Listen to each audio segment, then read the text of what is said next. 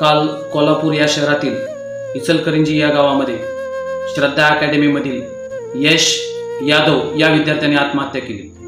मला असं वाटतंय की मरण हे आता सहज झालं आहे, कारण जो तो उठतो आणि आत्महत्या करतो. पण मित्रांनो, आत्महत्या करणं हा शेवटचा पर्याय नाही.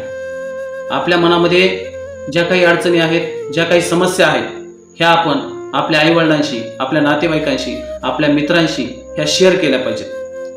जे आईवडील आपल्याला लहानपणापासून तळहाताच्या फोडाप्रमाणे आपला सांभाळ करतात आणि आपल्याला चांगल्या पद्धतीने शिक्षण मिळावं यासाठी आपल्याला ते शिकण्यासाठी बाहेरगावी ठेवतात.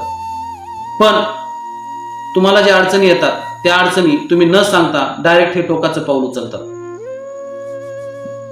हे टोकाचं पाऊल उचलताना तुम्ही तुमच्या मनामध्ये काही अडचणी आहेत, काही समस्या आहेत, ह्या तुम्ही सांगण्याचा प्रयत्न करा.